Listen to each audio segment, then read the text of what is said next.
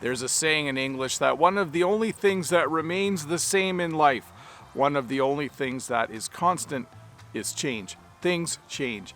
It's fall here in Ontario, Canada, and as you can see, the leaves are changing color. Everything around me is changing. So I thought this would be a good time to do an English lesson about change.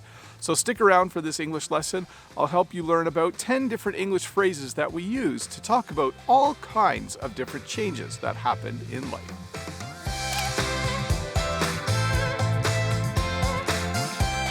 The first phrase I wanted to teach you to talk about change is the phrase like night and day. We use this phrase to talk about something that's changed quite a bit. The best example I can give you is this. Sometimes my kids have messy rooms. They leave everything on the floor and it's a real mess. And then I tell them on a Saturday, you need to clean your room or you can't play computer games later today. And then they clean their room. And then the difference between when their room was messy and when their room is clean is like night and day. The difference is so great that I would walk in the room and say, wow, the difference, it's like night and day. It's so much nicer when your room is clean. So when you say that something is like night and day, you mean that it's changed so much that it looks completely different now. The next phrase I wanted to teach you is a phrase that we use to describe when someone's appearance changes. And it's the phrase to barely recognize someone.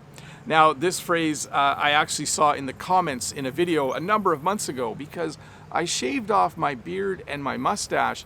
And then when I made a video with no beard or mustache, in the comments a few people said, I barely recognized you. What they were saying is that because my appearance had changed so much, it was hard for them to tell that I was Bob the Canadian. They thought maybe I was another person, or maybe I was Bob's brother or something, but it was actually me. Now, be careful when you use this phrase because you don't want to use it in a way that sounds negative. You might want to add a positive phrase before you use this phrase because it can be misinterpreted. So you could say something like this. Oh, I can tell you've been exercising. You look amazing. I barely recognized you. Or, wow, your new haircut looks great. I barely recognized you. So when you use this phrase, you're simply talking about how someone's appearance has changed. Hi, Bob the Canadian here, just jumping into the middle of this lesson to ask you to do one thing. Actually, two. If you are not a subscriber, please consider clicking that red subscribe button over there. And if this video is helping you learn a little bit of English, please give me a thumbs up. Now back to the lesson. I don't know if you've noticed this, but sometimes kids go through a growth spurt, and we use the phrase to grow like a weed to describe this change. A weed is a plant that grows in a garden or a field, and it's a plant you don't want there, and they usually grow really, really quickly. So we use this comparison to talk about how fast kids grow.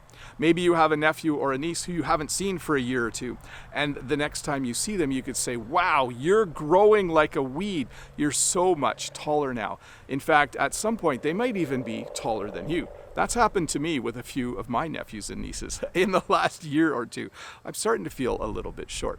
So when you're describing a child who is growing quickly or a child who you haven't seen for a while and they're much taller now, you could say to them, wow, you're growing like a weed. The English phrase to change your tune means to change your behavior, usually in a positive direction. Sometimes people do bad things. Sometimes people do things that they're not supposed to do, and you wish that they would change their tune. I have this sometimes in my classroom. Sometimes I have students who don't listen and they misbehave, and just day after day, their behavior is not very good. Their behavior is bad. So I wish that they would change their tune. I might even say to them, you know what, you need to change your tune. If you want to do well in this class, if you want to succeed, you need to change your tune. So the English phrase to change your tune means to change your behavior in a way in that you are now doing things in a more positive way. Instead of doing bad things, you're doing good things. The next two English phrases about change have the same meaning. They are the phrases to do a 180 and to have a change of heart. The best example I can give for these two phrases is if you think about a professional athlete who announced their retirement, an athlete who decided not to play anymore because they thought they were getting too old. And then after being retired for a little while, they decide to come back. They decide to play again. In that situation, we would say that the player did a 180. They've reversed their decision. Or we would say that the player had a change of heart. They reversed their decision. So instead of doing what they were going to do, instead of doing what they decided to do, they've decided to reverse their decision and come back and play again. It's always cool when your favorite athlete retires and then does a 180 or has a change of heart and decides to play again. This next English phrase is a phrase we use to talk about the change in someone's appearance.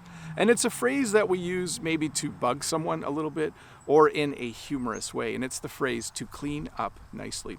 Sometimes Jen and I have to go to a wedding, and so I get a haircut and I shave my beard or trim my beard and I put on a suit and tie. And Jen will then say, "Wow, you clean up nicely." And what she's talking about is the change from how I normally look to how I look after I get a haircut and trim my beard and put on a suit and tie makes me look really, really good. So remember, this is a phrase you use with someone you know well. It's a phrase you use to kind of jokingly give someone a compliment. I hope that makes sense. But you would say, "Wow, you clean up nicely."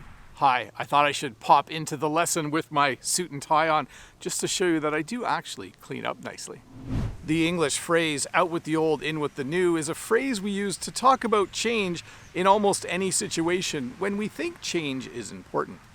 I don't know if you noticed, but the intro to my English lessons on YouTube changed about a month and a half ago because it was time to make it look a little more fresh and new. It was time for me to get rid of the old and bring in something new. The way I would describe that is I would say, out with the old, in with the new.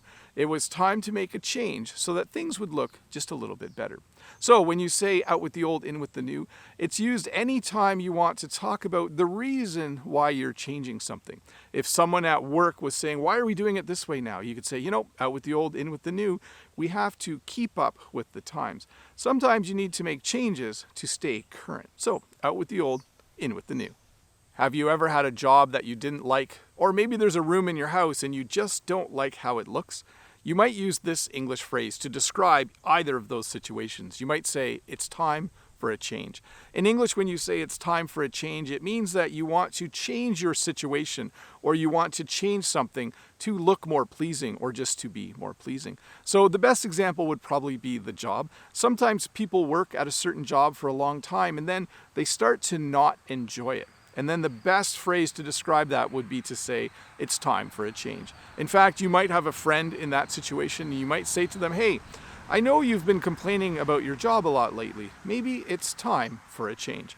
Maybe it's time for you to look for a different job." That might make you happy. The English phrase to shake things up means to do something differently than how you have been doing it. Here's a good example.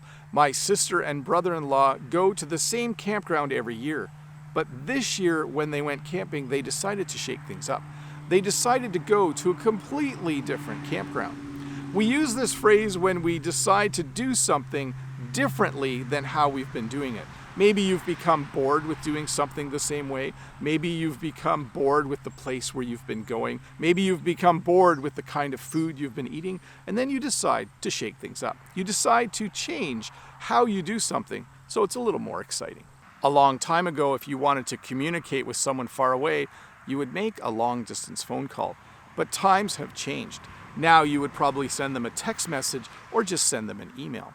The English phrase "times have changed" is used to describe big changes that we have all experienced as humans over the course of time. Probably the smartphone is the biggest change that I can think of when I use this phrase. Many years ago, no one had a smartphone in their pocket, but times have changed. Now almost everyone has a smartphone with them on a daily basis and uses it for all kinds of things. Wow, times have changed. Well, hey, thank you so much for watching this English lesson about change. I hope you were able to learn just a few more English phrases that you can use to talk about the things in life that change.